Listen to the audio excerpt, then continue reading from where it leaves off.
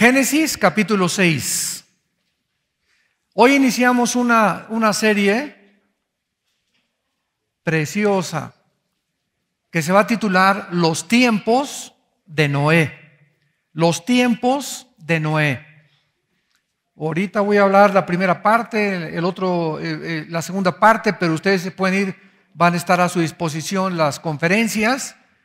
Pero hace algún tiempo he estado yo constreñido en el espíritu por saber que verdaderamente nos encontramos viviendo bíblicamente en la última generación. Hay demasiadas señales alrededor, proféticas, tanto morales como espirituales, como políticas y económicas, que nos hablan que el mundo se encuentra al borde de un caos. Entonces es bien importante que nosotros podamos comprender a la luz de la Biblia qué señales son estas las que están delante de nosotros para que podamos abrir los ojos y darnos cuenta que tenemos el tiempo contado. Y una de las más grandes señales las dio Cristo en Mateo 24. Y Jesucristo dijo en el versículo 37 al 39, más como en los días de David, no, ¿verdad? Más como en los días de Salomón, tampoco. Más como en los días de Malaquías, no. Cristo escogió una generación del pasado. La generación de los tiempos de Noé. Y Jesús dijo que las características que prevalecieron en esta generación de Noé se iban a repetir antes de que Él regresara. Entonces vamos a comenzar a regresar a los tiempos de Noé, desde el capítulo 5 hasta el capítulo 9, que va a cubrir esta serie, para que analicemos a través de la Biblia cuáles fueron las características y por qué Dios tuvo que sumergir al mundo en un diluvio universal. Un diluvio que está comprobado por la arqueología y la antropología.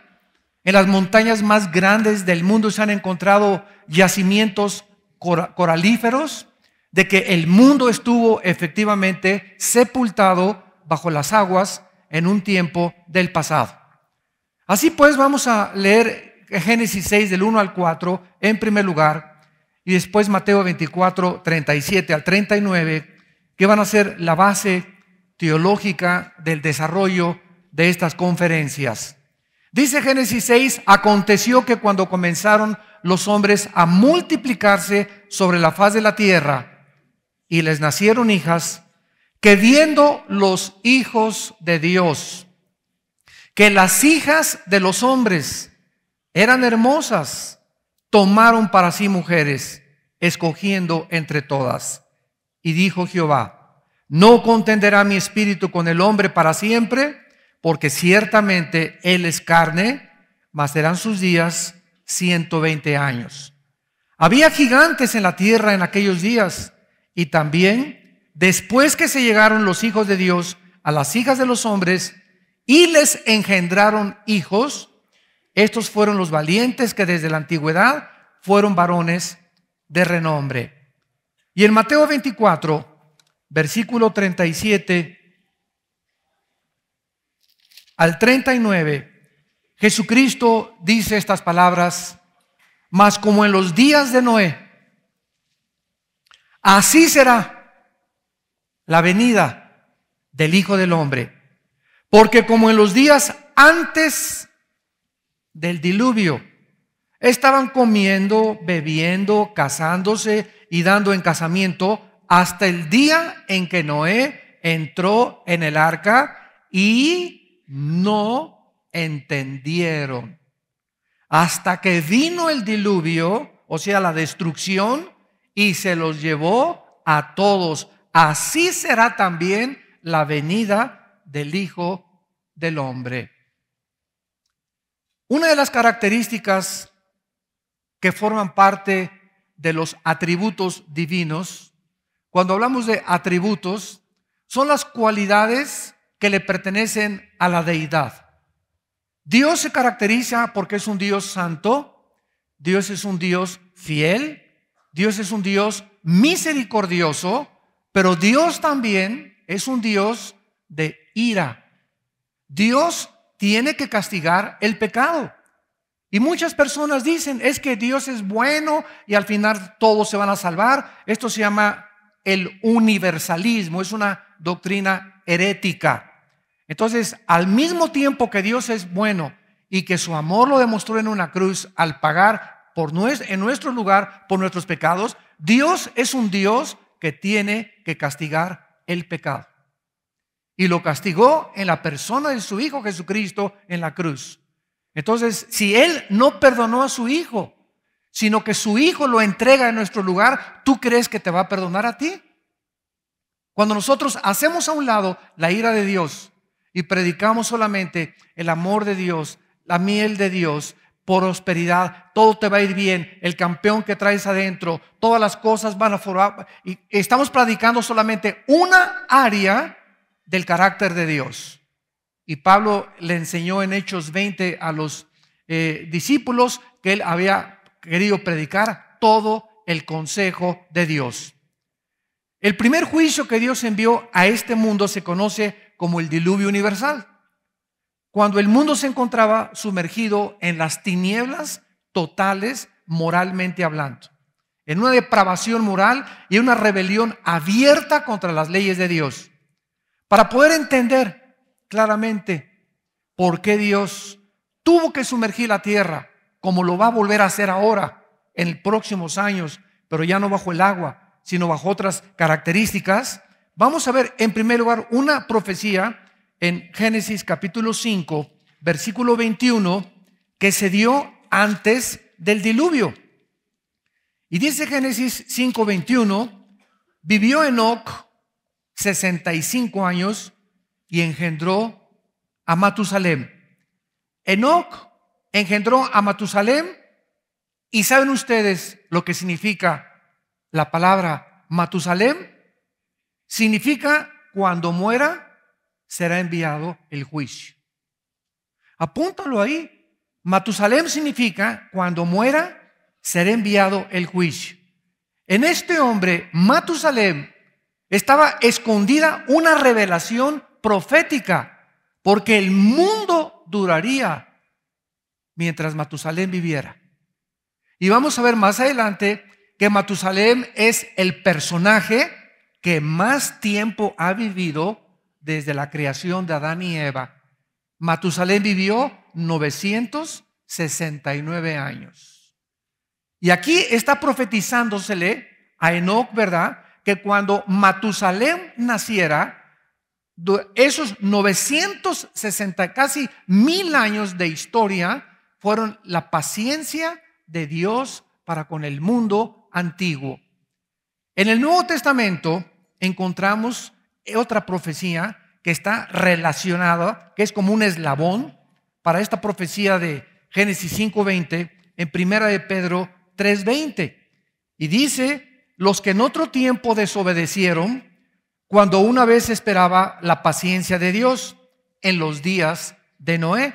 Noten ustedes, los que en otro tiempo, ¿a quién se refiere? A los antidiluvianos, a los que vivieron antes del diluvio.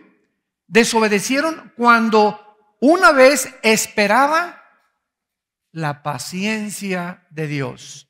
¿A qué paciencia se refiere este versículo? Mientras Noé estaba preparando el arca, ¿cuánto tiempo estuvo Dios esperando para enviar este juicio terrible para aniquilar y destruir aves, bestias, reptiles, mamíferos, todos los habitantes del mundo que en ese tiempo vivían, y toda la vegetación y todos los animales?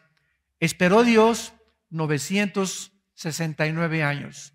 El año en el que murió Matusalem, comenzó el juicio a caer sobre el mundo. Ahora, nosotros tenemos que, como teólogos, ¿verdad?, y como personas que amamos la Biblia, tenemos que entender algo. Cuando Dios castiga a una persona, la tiene que castigar en base a lo que esa persona ha hecho.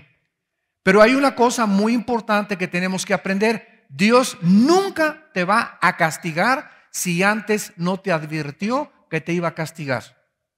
Dios nunca va a disciplinar tu vida si antes Dios no te habló a través de tu mamá, a través de tu papá, a través del pastor, a través de la Biblia, a través de alguna forma en la que tú estabas viviendo en pecado. Y cuando tú mantienes esa actitud de querer seguir en ese camino del pecado, es cuando entonces, cuando menos lo espera, cae sobre tu vida el hacha del juicio. Y cae sobre individuos, cae sobre familias y cae sobre naciones también y sobre gobernantes. La misma palabra paciencia nos indica que Dios trató con grande misericordia con la gente en los tiempos de Noé. En los debates que a veces tengo yo con ateos en la televisión o en el radio, siempre sacan los ateos los mismos argumentos. ¿Por qué Dios, si es misericordioso, mandó destruir a todas las tribus de Canaán? Oye, pero abro la Biblia, me dice un ateo, y veo que es un Dios que tiene las manos llenas de sangre. ¿Cómo es posible que haya mandado matar a los animales, a los leones, a todos los bestias, a los reptiles en tiempos de Noé, y que nada más hayan sobrevivido Noé, su esposa, sus 3 hijos y sus 3 nueras? 8 personas sobrevivieron en tiempos de Noé. ¿Qué clase de Dios es este? ¿Que no es un Dios de amor? ¿Que no es un Dios de misericordia? Sí, 1000 veces sí. Pero es un Dios de ira, es un Dios de juicio, porque el mal tiene que ser castigado. Entonces tenemos que entender nosotros el carácter de Dios, que cuando el mundo comienza a corromperse, es mucho mejor cortar de tajo los jitomates podridos. Y esto es un principio elemental. Si nosotros vamos a poner como ejemplo, fuéramos 10 familias, síganme con mucho cuidado, y sobreviviéramos a un naufragio de un barco, y cayéramos en una isla 10 familias. Y de repente estas 10 familias que somos en esta isla, vamos nosotros a formar una nueva sociedad. Vamos a formar una nueva estructura para poder institucionalizar un gobierno entre nosotros. ¿Qué es lo primero que haríamos las 10 familias que hemos llegado a esa isla para poder sobrevivir? Número 1, tenemos que establecer reglas entre nosotros. Tú no te metes con mi esposa, tú no me vas a robar, tú vamos a respetarnos entre nosotros, y la persona que no respete esto, si tú te metes con otra señora que no es tu esposa, o si tú matas a un hijo de ellos, te colgamos de la palmera más alta de la isla. Oye, pero eso está muy feo. ¿Cómo que te colgamos? Eso es la pena capital. ¿Sabes una cosa? Dadas las circunstancias, si no recurrimos a esta clase de castigo tan drástico, las demás familias no pueden sobrevivir.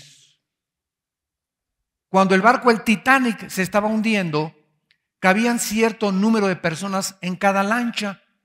Y entonces vemos nosotros en muchas películas y en la historia de este famoso transatlántico que se hundió antes de llegar a Nueva York, salió de Inglaterra, que en las lanchas llegaban muchos nadando y ya no los dejaban subir a la lancha.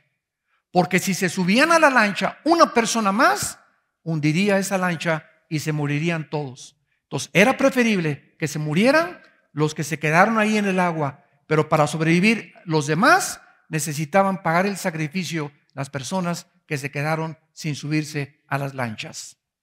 Si tenemos una lancha y tenemos 10 personas y hay un hoyo y comienza a meterse el agua en la lancha y comenzamos a darnos cuenta que se hunde, es preferible, ¿verdad?, que una persona la echemos a la borda, echamos una suerte, un volado, a ver quién se va al mar y a quién se lo comen los tiburones, para que las otras 9 personas puedan sobrevivir.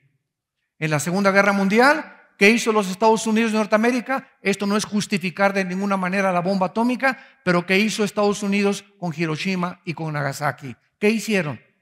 Mandaron una bomba atómica que detuvo la Segunda Guerra Mundial. Gracias a la bomba atómica, los japoneses se rindieron y se evitó que millones de personas más pudieran morir. Desgraciadamente, se tuvo que llegar a esa medida tan drástica. Entonces, esta perspectiva, que muchas veces es muy difícil de poder entender, es la que tenemos que tener nosotros, y se llama en la Biblia discernimiento espiritual. Tenemos que aprender a distinguir los juicios de Dios, por qué hace Dios lo que hace y por qué no podemos mezclar su santidad con su ira y con su castigo. ¿Qué respuesta podemos dar nosotros de si eran responsables los habitantes de los tiempos de Noé en el mundo antiguo? La respuesta a estas preguntas que vamos a dar a continuación, vamos a descubrir la enormidad de sus pecados y calcular la extensión de su rebelión. Que si Dios no sumerge al mundo en el diluvio universal, no hubiera quedado una sola persona para volver a repoblar el mundo después.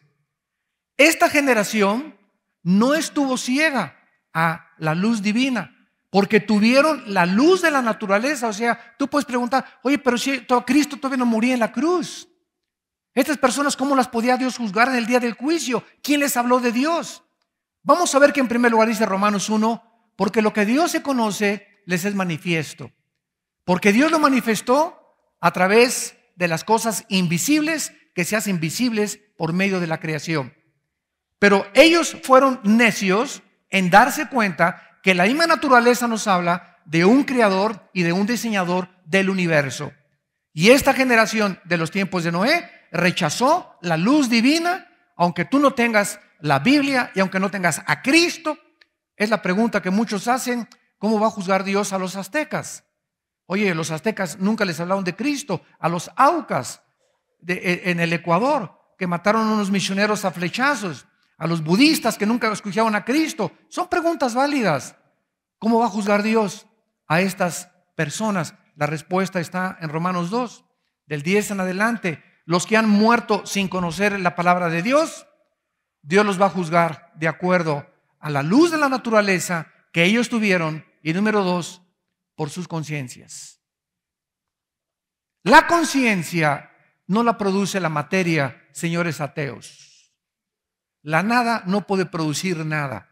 Si el mundo nació de la nada, como dice el ateísmo, y somos el resultado de una evolución fortuita y de una selección natural, ¿quién produjo la conciencia en los seres humanos? Esta voz interna que cuando hago algo bueno me llena de paz y de satisfacción y de tranquilidad.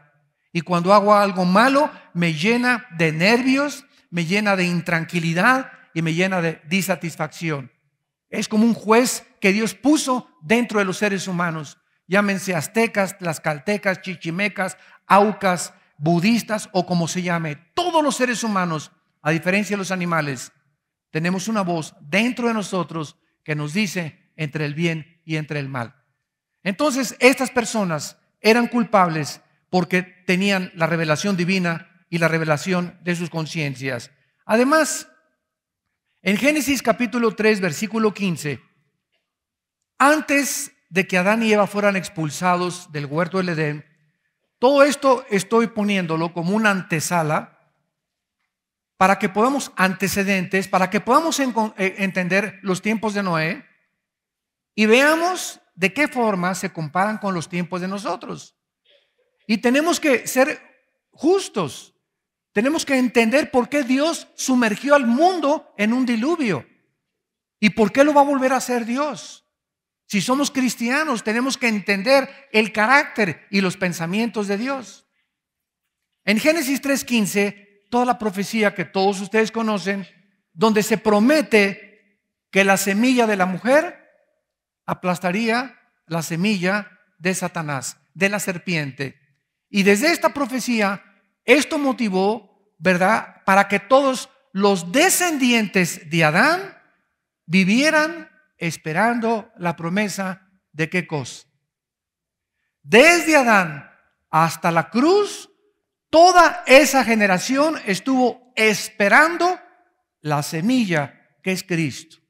Ellos vieron hacia el futuro y su fe hacia el futuro les contó por justicia. Y nosotros de la cruz hacia adelante vemos hacia atrás. Vemos lo que ya la semilla hizo en la cruz. Ellos estaban esperando lo que iba a ser en la cruz. Entonces en el pasado, su fe era del pasado hacia el futuro y nosotros del pasado hacia atrás, del futuro hacia adelante. Entonces, tanto la fe de los antiguos como la fe de nosotros siempre ha sido en la cruz. La cruz es el centro de la historia y del universo entero. Entonces, en esta promesa, Adán y Eva se la transmitieron a todos sus descendientes. Y vemos, por ejemplo, en Génesis 3:21, que cuando Adán y Eva pecaron, ¿qué hicieron? Inmediatamente había un árbol, hay una higuera. ¿Qué produce la higuera? ¿Manzanas? Higos. Había una higuera y cuando descubrieron que estaban desnudos delante de Dios y pecaron, arrancaron las hojas de la higuera y se taparon, Adán y Eva. Se taparon por todos lados y no querían que Dios viera su desnudez. Antes, Adán y Eva estaban como un niño de 2 años. Tú metes a un niño de 2 años y a una niña de 3 años a una tina, desnudos, y ninguno tiene vergüenza de su desnudez. No tienen conciencia todavía de que están desnudos. Pero metes a un niño de 5 años y a una niña de 6 años y inmediatamente se tapan, ¿verdad? ¿De dónde viene eso, señores psicólogos, antropólogos y psiquiatras? Esa culpa, esa vergüenza de la desnudez que nos ha llevado a vestirnos y a no quitarnos la ropa enfrente de las personas que no son íntimas de nosotros, como nuestra esposa o nuestro esposo, que es la única forma en la que 2 seres humanos se les permite ver su desnudez en el matrimonio nada más, porque ya no son 2, son una sola carne. ¿De dónde viene eso? Viene desde el origen de las páginas del libro del Génesis, de la Biblia. Entonces, en Génesis 3:21, Dios les dijo, ustedes no se van a tapar. Y ese es precisamente el tapar nuestra desnudez, el sentirnos desnudos delante de Dios, lo que motivó y lo que impulsó el invento de las religiones. ¿Qué son las religiones? Sistemas inventados por los seres humanos para tratar de tapar su desnudez espiritual delante de un Dios santo. Entonces yo soy católico mientras el domingo me persine y mientras me ponga la ceniza el miércoles de ceniza y mientras tome mi comunión, salgo de la iglesia con las alitas como querubín y de lunes al sábado me porto como el hijo del anticristo. La religión es el permiso para pecar mientras cumplas con los ritos de tu religión. Y así todas las religiones, todas absolutamente sin ninguna excepción, enseñan el mismo proceder, las buenas obras y los sacrificios para ser aceptados por Dios.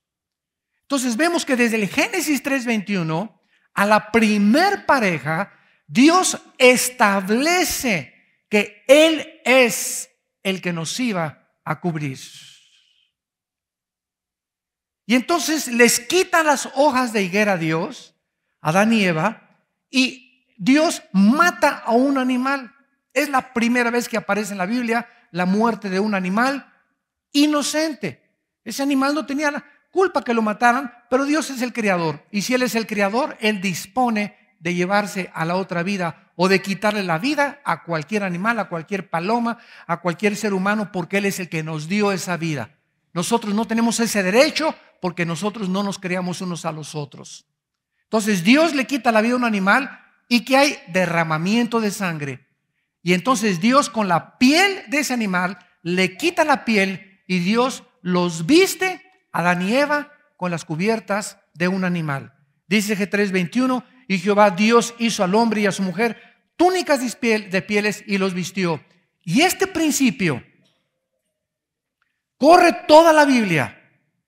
Sin derramamiento de sangre no hay perdón de pecados. Hebreos 9:22. Si no hay derramamiento de la sangre de un inocente, no hay perdón de pecados. Ahora bien, cuando comenzamos a estudiar más profundamente la Biblia, llegamos a Levítico 17:11, donde hay una revelación extraordinaria de Dios. No comas sangre, porque la vida se encuentra en la sangre. La sangre es la vida de la carne. En otras palabras, esa palabra vida es la palabra hebrea nepej. Se escribe nepesh, que es la palabra que se le da para el alma. A ver, otra vez. La vida, el alma se encuentra en la sangre.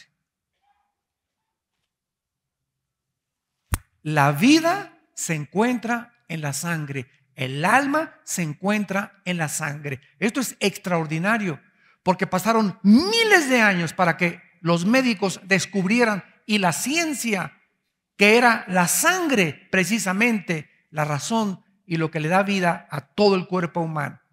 Entonces, el alma está dentro de la sangre. Entonces, cuando tú le quitas la vida a una persona, ¿qué estás haciendo?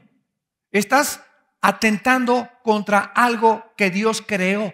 Esa persona no es tuya y tú le quitas la vida a esa persona. Tú estás derramando sangre, y en ese momento, al derramar sangre, la sangre que tú clamas y que tú derramas en la tierra, esa sangre desde el principio clama venganza. Clama venganza. ¿Por qué? Porque solamente una vida puede pagar por otra vida. Por eso Dios instituye, como lo voy a ver cuando lleguemos a Génesis 9, la pena capital en Génesis capítulo 9. Acaba el diluvio, y antes del diluvio no había leyes. Dios no había determinado que ningún gobierno ejerciera la pena capital contra los criminales. Por eso Caín no fue matado por Dios. Fue con una marca, anduvo errante por todos lados para que todo el mundo supiera que ese hombre había pecado contra Dios, y ese era su castigo. Pero después del diluvio, Dios le dice a Noé en Génesis capítulo 9, de aquí en adelante, yo, dice Dios, les entrego a ustedes, a los hombres, la prerrogativa de poder hacer justicia contra el pecado, quitándole la vida a otra persona, a los criminales. Entonces, después del diluvio, el ser humano encuentra el gobierno civil, se forman los gobiernos civiles. Dios le entrega al gobierno civil, no a nosotros como individuos. Por favor, entendámoslo. Le entrega a Dios al gobierno civil la prerrogativa de usar la espada para poder vengar, para poder vindicar la justicia contra aquellos que atentan contra la sociedad. Es mejor eliminar a esa persona. Hay personas que nosotros sabemos que han perdido el derecho a seguir viviendo. Un pederasta no tiene derecho a seguir viviendo, pero para nosotros es más misericordioso que quitarle la vida, echarle 90 años de cárcel. Es que es más misericordioso que se pudre en la cárcel a quitarle la vida. Y el gobierno tiene que gastar comida y alimento y vestida durante 90 años para seguir alimentando y vistiendo a ese sinvergüenza. Y Dios dijo, ¿verdad? La pena capital está establecida. ¿Por qué? Porque es una necesidad que necesitamos entender. Es algo que desgraciadamente forma parte de la moral cristiana. Y por eso mucha gente, cuando debatimos con ateos, oiga, pero ¿cómo el cristiano está a favor de la pena capital? Sí, claro que estamos a favor de la pena capital. Ahora, ¿cuál es el problema? El problema está que la justicia de muchos gobiernos civiles no la ejercen equitativa ni justamente. Y muchos usan la pena capital para vengarse de sus enemigos. Hay otra frase en México que se llama para cacería de brujas. Todos mis enemigos, como Saddam Hussein, mandó matar a todos los que se oponían a su régimen, y esto ya es el abuso de la libertad que Dios nos dio, y eso ahí Dios ya no es culpable. Pero en México, por ejemplo, ¿verdad? Si se instaurara la pena capital para delitos, ¿verdad? De secuestradores que le quitan la vida a las personas, que violan a tus niños, que cosas así graves, que violan a niños, que asesinan a niños, etcétera, etcétera, y los ejecutaran, ¿verdad? México podría comenzar a desarrollarse y evolucionar, porque traería temor al crimen. ¿Sabes qué? Antes de secuestrarlo pienso 5 veces porque me cuesta la vida. Pero nosotros somos más misericordiosos que Dios, y nosotros creemos que mejor 70 años de cárcel, que nunca los cumplen, el próximo gobierno que venga los saca de la cárcel. Entonces creemos nosotros que somos más misericordiosos y que somos crueles cuando estamos a favor de la pena capital, porque no entendemos que la única forma de que una vida pague por otra vida es con su vida. Ese es el principio de la pena capital. Tú le quitas la vida a otra persona, ¿cuánto crees que vale la vida de esa persona que le quitaste? 50 años de cárcel. ¿Tú crees que con 50 años pagas el valor de un alma? No. 70 años. ¿Cuántos años te gustan para creer que puedes pagar el valor del alma a la que tú le quitaste la vida? Entonces, como es incalculable, la única forma que lo podamos entender es poniendo en la balanza. Una vida solamente se quita con otra vida. Es tu vida la que va a pagar por la otra vida, para que tú puedas entender la dignidad que tiene el alma humana delante de Dios. Pero eso lo vamos a ver cuando lleguemos con más detalles a Génesis capítulo 9, después del diluvio. Entonces Dios establece la forma en la que Él iba a perdonar el pecado, a través de la muerte de un inocente. Caín, en Génesis 4, del 11 al 15, ¿qué le dice Dios después de que mata a su hermano Abel? Ahora serás maldito, Génesis 4, 11, en la tierra que abrió su boca para recibir de tu mano la sangre de tu hermano. Cuando labre la tierra, no te volverá su fuerza. Errante y extranjero serás. Caín dijo, versículo 13, Génesis 4, grande es mi castigo para ser soportado. O sea, Caín hubiera preferido que le quitaran la vida a vivir errante toda su vida, con una marca tal vez en la frente, donde todos los demás pobladores que continuaron poblando la tierra vieran, ese es el que mató a su hermano. Estaba viviendo para sufrir vergüenza durante toda su vida. Y esto fue precisamente, en pocas palabras, las generaciones que iban a seguir después de Caín, como consecuencia del pecado, estaban advertidas que nadie lo podía matar, que lo tenían que dejar vivir, porque era precisamente su castigo, vivir errante y no morir en manos de nadie, cosa que él hubiera preferido totalmente. Entonces vemos cómo se iba transmitiendo. Adán, lo que hicieron ellos se lo transmitieron a sus hijos, a Enós, a Set, a todos, y se fueron transmitiendo. Dios es un Dios que exige el derramamiento de sangre, y cuando Caín y Abel, Dios les pidió una ofrenda, ¿por qué Dios condenó a Caín? ¿Recuerdan ustedes en Génesis 4 que llega Abel y le ofrece a Dios un sacrificio, lo mejor de sus ovejas? Y llega Caín y le ofrece a Dios el fruto, el sudor de su frente, el fruto de su trabajo. Le trae hierbas, le trae fruto, le trae cosas que Dios no había pedido.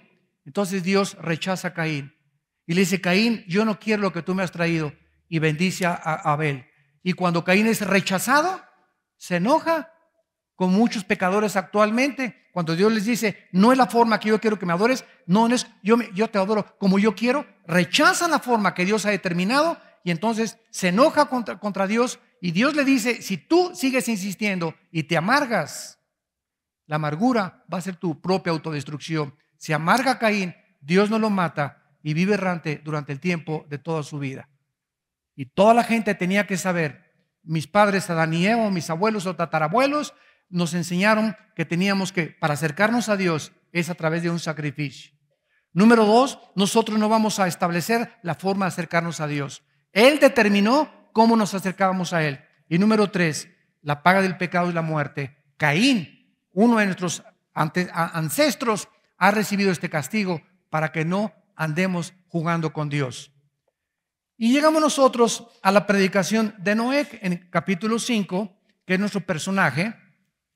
Porque en Judas, capítulo 14 y 15, antes de Apocalipsis está Judas, Enoc, dice Judas, que predicó antes del diluvio y anunció la venida del Mesías, que esa semilla prometida a Adán y Eva iba a venir. Y después Noé se le llama en 2 de Pedro 2:5 pregonero o heraldo de justicia. Noé estuvo predicando casi más de 120 años a la generación. Cambien su manera de pensar. ¿Qué es la palabra arrepentimiento? Si no sabías, la palabra arrepentimiento significa cambiar tu manera de pensar. Eso es lo que es arrepentirse. Miren lo que es arrepentirse. Es ir caminando mal. Te encuentras con la luz, con Dios, y entonces muchos dicen, no, ya no voy a tomar, y se vuelven solamente 45 grados. Ya no voy a adulterar, y nada más se volvieron 45 grados. Eso no es arrepentimiento. Arrepentimiento no solamente es dejar de fumar, dejar de adulterar, dejar de hacer lo malo. El arrepentimiento es dejar de hacer esas cosas y volverte hacia Dios. El arrepentimiento es una vuelta de 180 grados hacia Dios. Porque si tú dejas de hacer muchas cosas malas, pero no te vuelves a Dios, esto lo hacen hasta las personas que no son cristianas.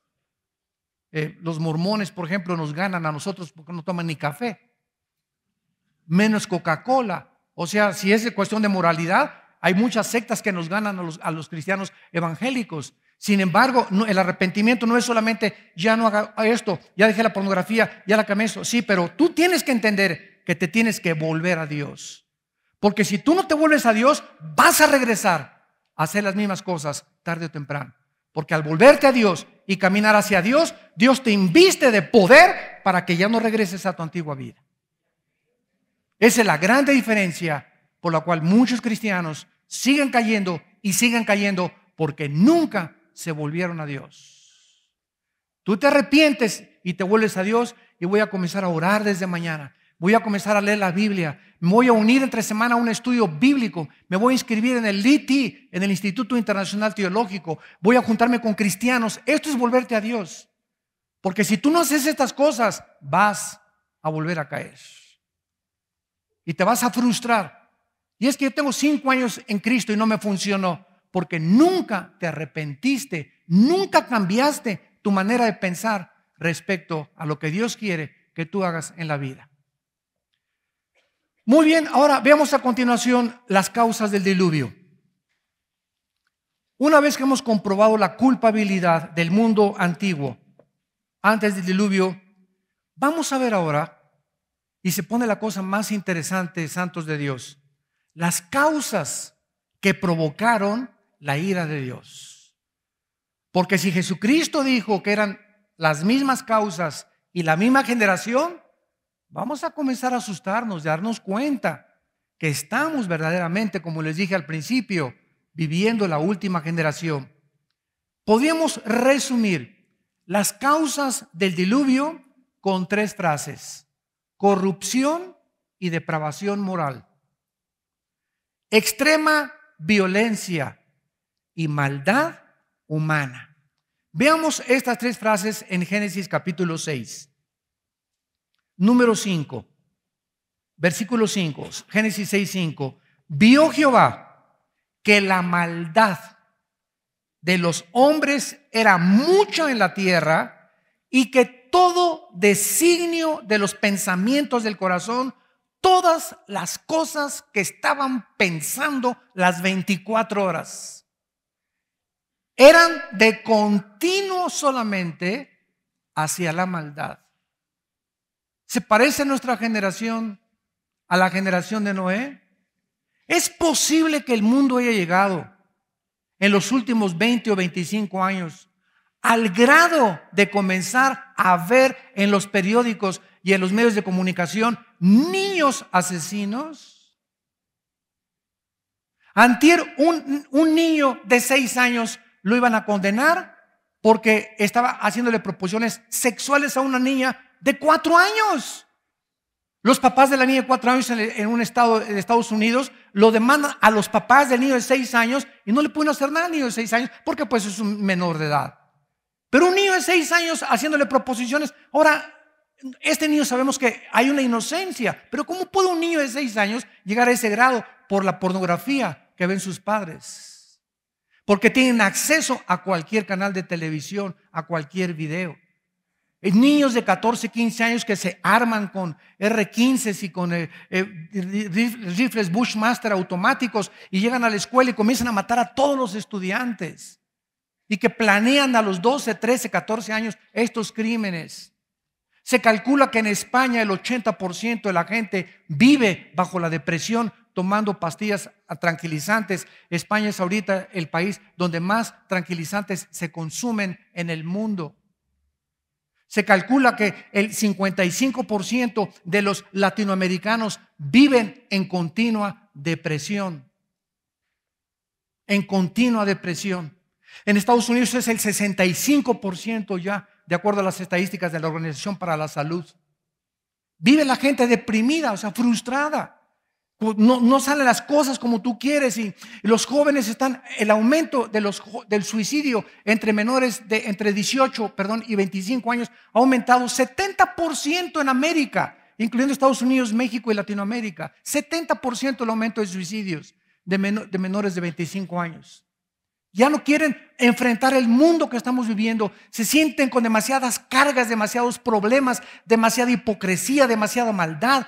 Estos roban, el Papa roba, los gobernantes roban, mis padres son los mentirosos, son los hipócritas, que Cristo ni que nada. No tengo un ejemplo a seguir, no tengo una bandera que levantar y prefieren escaparse de esta vida huyendo de la realidad. El mundo de las drogas es un mundo que los lleva a escaparse de la realidad. ¿Qué es una droga? Es algo que te hace evadir la realidad, no enfrentar la vida en tus 5 sentidos. El alcoholismo, la borrachera, las drogas, pastillas tranquilizantes son medios para salir y escaparnos del mundo que nos rodea, donde todo parece negro, tinieblas, no se ve una esperanza, una luz, y nosotros somos la luz del mundo. ¿Dónde estás brillando, cristiano que me escuchas? ¿Brillas en tu trabajo? ¿Brillas en tu familia? ¿Brillas en tu escuela con tus demás amigos? ¿Cuántas amigas tuyas se están embarazando? ¿Y cuántos muchachos se están matando? ¿Y cuántas familias se están divorciando? Y tú viviste con esas personas hace 2 o 3 años y nunca les hablaste de Cristo. Nunca los trajiste a la iglesia. Nunca los llevaste a un desayuno porque vivías solamente por el afán del mundo y el engaño de las riquezas. Ahogó la palabra y se hizo infructuosa en tu corazón. Y es el mundo que estamos viviendo que se parece a los tiempos de Cristo. Y dice el versículo 11 al 13 de Génesis 6, y se corrompió la tierra delante de Dios. Y esta palabra sachat en el hebreo, que se usó aquí más de 3 veces, corrompió, sachat, significa corrupción, pero en el área moral.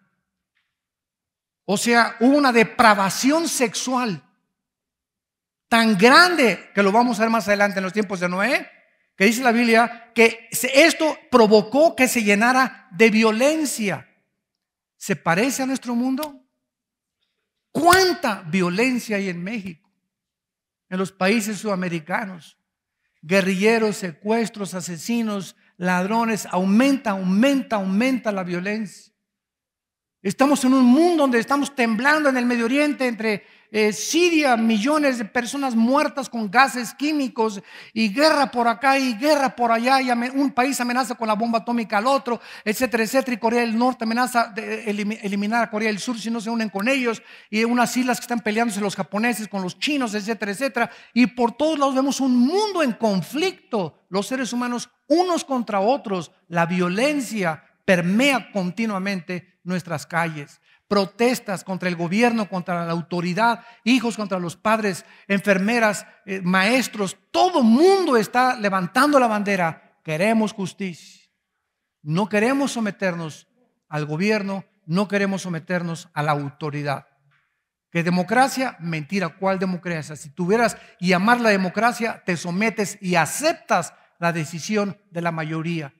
Cuando un partido rechaza lo que 2 partidos acaban de apoyar, eso se llama democracia. Ir en contra, mejor yo me voy a un país donde no haya democracia. Pero si vivo en un país donde hay las leyes democráticas que gobiernan una república, me tengo que someter aunque me enchine el cuero y aunque se me haga así los intestinos por dentro, porque yo no quisiera que se aprobaran esas leyes, me tengo que sujetar porque vivo bajo una república democrática.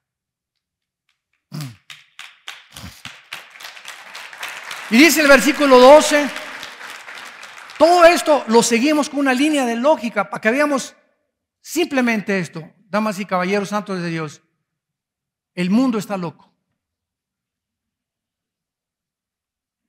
Estamos viviendo un mundo de insanidad mental, donde no hay convicciones ya ni políticas ni filosóficas. No hay convicciones. Se van con el mejor postor. Ancha y espaciosa, dijo Cristo, la puerta donde conduce a la perdición y la mayoría van por ella. Y angosto es el camino que conduce a la salvación y pocos son los que entran. El mundo está llegando a una violencia, a una depravación moral, como lo vamos a ver, como jamás en la historia desde los tiempos de Noé. Y miró Dios, versículo 12, que la tierra estaba corrompida, porque toda carne había corrompido su camino, y dijo pues Dios a Noé: he decidido el fin de todo ser. Llegó a una decisión drástica, a una decisión radical Dios. Y para que Dios, el creador, el infinito, el Shaddai, el omnipotente, el sabio de los sabios, el juez y legislador de toda la humanidad, haya llegado como juez a decir, se acabó, es porque no había más que esa solución.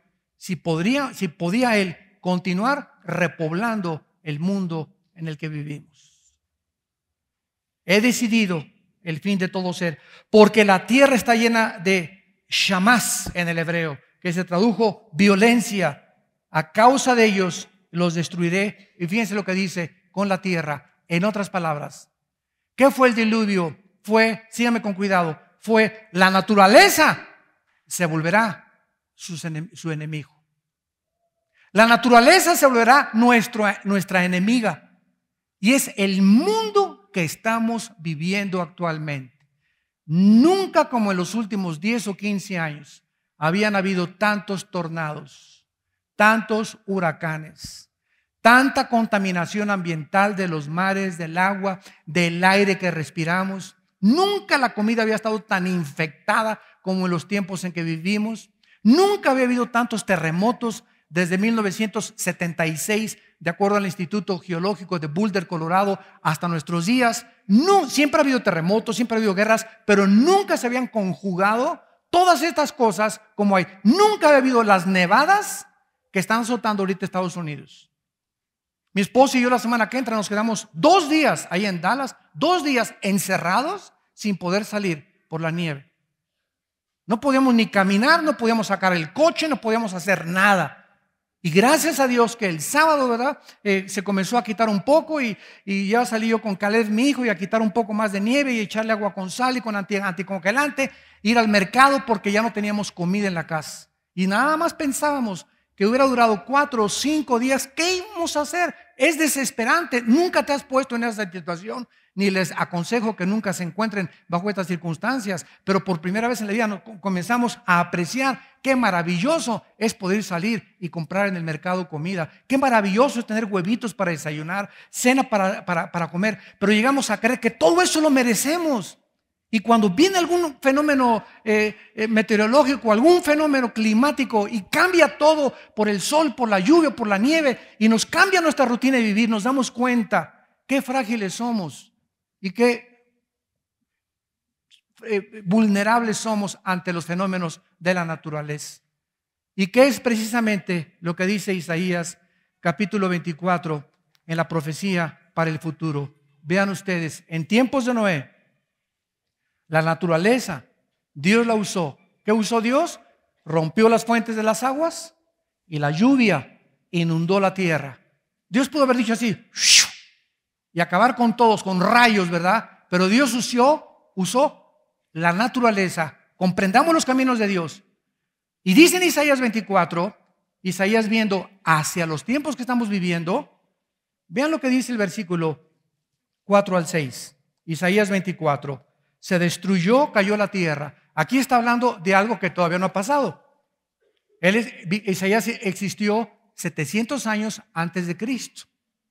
Se destruyó, cayó la tierra, enfermó, cayó el mundo, enfermaron los altos pueblos de la tierra y la tierra se contaminó, se infectó. El planeta Tierra se infectó, se contaminó bajo sus moradores. ¿Por qué? Por 3 cosas. Número 1, traspasaron las leyes. Dios ha dicho el matrimonio es un hombre y una mujer. Nosotros no inventamos el matrimonio. Y pone Dios una línea divisora. No cruces esta línea. Es mis líneas y mis restricciones morales. Y si tú quieres violar mis líneas y casarte con un hombre o con una mujer, estás transgrediendo mis leyes morales. Y hay un precio altísimo para pagar por estas leyes morales, porque comienza la sociedad a corromperse moralmente. Y es a donde la sociedad se está dirigiendo en el mundo entero. Ya son 3 estados en Estados Unidos que aceptan el matrimonio de los gays. Traspasaron las leyes. Número 2, falsearon el derecho.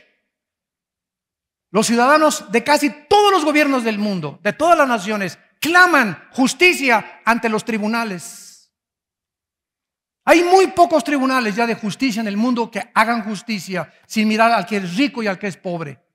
La mayor parte se venden ahora al mejor postor. Ya no hay justicia en las cárceles, no hay justicia en los gobiernos, en los jueces, diputados, senadores, de las mayor partes de los tribunales del mundo entero. Son muy pocos hombres políticos, jueces, presidentes, gobernantes que dirigen las naciones. Son muy pocos ya contados, como un Nelson Mandela. Un hombre entre 5,000 o 10,000. Este hombre africano que pudo mantener su integridad y donde ha reunido al mayor número de gobernantes a su entierro como jamás en los últimos 100 años.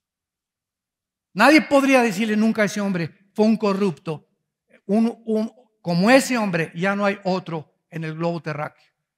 Podrá morir el rey de no sé dónde y podrá morir el presidente de no sé dónde, pero nadie podrá hacer el impacto que hizo un hombre que pasó 27 años en la cárcel, y durante los 27 años en la cárcel un hijo de un guardia le comenzó a leer los salmos a Nelson Mandela en la prisión. 27 años por ir en contra de la injusticia de los ingleses, del colonialismo inglés en Sudáfrica. Sale él, ¿y qué es lo que le da la victoria a este hombre Mandela? ¿Sabes tú qué fue lo que le dio la victoria? Que nunca se amargó. Virgen del Cobre. No se amargó. Esa fue su victoria. No se amargó. Era para que hubiera salido, ¿verdad? Y haber levantado un liderazgo, una revolución. No se amargó y salió y prefirió perdonarlos. Y fue ese perdón lo que lo hizo él grande. ¿Qué es ese perdón? La virtud más grande del cristianismo. Ama a tus enemigos. Y al que 70 veces te ofende, perdona los 70 veces. Vivimos en un mundo rodeado de lobos y somos como ovejas. El cristiano que se amarga no entra a la tierra de Canaán. Y ahí te quedas dando vueltas en el desierto y vueltas, y tienes 15 años y 20 y 30 años, pero tu amargura te impide entrar a las promesas y a la herencia de Dios que tiene para tu vida, tus hijos y tu familia y tus herederos. Y este hombre creó, ¿verdad?, un símbolo impresionante del perdón. Decían todos los comentaristas en todos los medios masivos de comunicación. Ojalá que en el Medio Oriente también, ¿verdad?, los palestinos y los iraníes aprendieran a perdonarse. Si se perdonaran en el Medio Oriente, sería la solución del problema del Medio Oriente. Pero ¿qué es el Medio Oriente? Una guerra donde no hay perdón de ninguno de los bandos, donde los dos se quieren matar y los dos buscan el mismo territorio. Y esto es lo que ha hecho que el mundo lo pongan y lo incendien para estar al borde de una tercera guerra mundial. Estas cosas, dice Isaías, por causa de esta maldición, versículo 6, la maldición consumió la tierra. La maldición consumió la tierra y sus moradores fueron asolados. Por esta causa fueron consumidos los habitantes de la tierra y disminuyeron los hombres. Y por eso al llegar al Apocalipsis y ver los juicios que le esperan a este mundo, muchos dicen: ay, Dios mío, van a caer los meteoros y va a caer esto y se van a inundar acá y se van a venir los fenómenos contra nosotros en la naturaleza y va a haber destrucción y va a haber criaturas, perversiones genéticas volando, tratando de atormentar a los hombres. Apocalipsis capítulo 9, y una cuarta parte de la humanidad va a desaparecer con una guerra mundial. Dios mío, ¿pero qué es esto? Son los juicios de un Dios santo que tiene que juzgar el pecado. Entonces no culpemos a Dios y no le eche la culpa a Dios. No es la falta de misericordia, es nuestra maldad la que ha hecho que Dios tenga que traer este juicio para que cuando Cristo regrese volvamos a repoblar la tierra, nosotros sus hijos y aquellos que pusimos nuestra confianza en esa cruz. Padre, te damos gracias por tu palabra. Te damos gracias, Señor, por sacudir las fibras más íntimas de nuestro ser. Y te damos gracias porque tú nos recuerdas que somos la luz del mundo, que nos has llamado de las tinieblas a la luz admirable de Cristo para anunciar tus virtudes a un mundo en tinieblas. un mundo depravado moralmente, lleno de maldad por todos lados. La vemos en nuestras vidas, en nuestros vecinos, en nuestras ciudades, en nuestras naciones. La maldad aumenta en los seres humanos. Hombres amadores de sí mismos, que ponen sus intereses sobre los de los demás. Y esta razón es por la cual nunca van a ser felices, porque el Hijo de Dios bajó del cielo hace 2000 años a decirnos: yo no vengo para que me sirvan, vengo a servirlos. Es en servir y en vivir por los demás, en perdonar 70 veces 7 a los que nos hayan maltratado, ofendido, calumniado, perseguido y traicionado. Es el perdón lo que nos da la victoria, porque no son nuestras armas las armas del mundo. Tenemos las armas de la luz, que es el amor y el perdón a nuestros enemigos. Bendecimos y perdonamos a todos nuestros enemigos, Señor. A los que hablan, calumnian, dicen, Dios, mantengámonos nosotros firmes, levantando tu bandera de la justicia, de la santidad y de la verdad, y llamando al mundo al arrepentimiento, porque tus juicios ya no tardan en comenzar a caer sobre este mundo depravado que ha rechazado tus leyes y ha querido vivir para sí mismos. En esta mañana, si tú quieres invitar a Cristo a tu vida, si tú has venido como un invitado a esta conferencia tal vez, o no estabas seguro de que Cristo es real, hazlo una realidad diciéndole estas palabras en tu corazón: Señor, te pido perdón por mis pecados. Creo que en la cruz pagaste con tu sangre por ellos.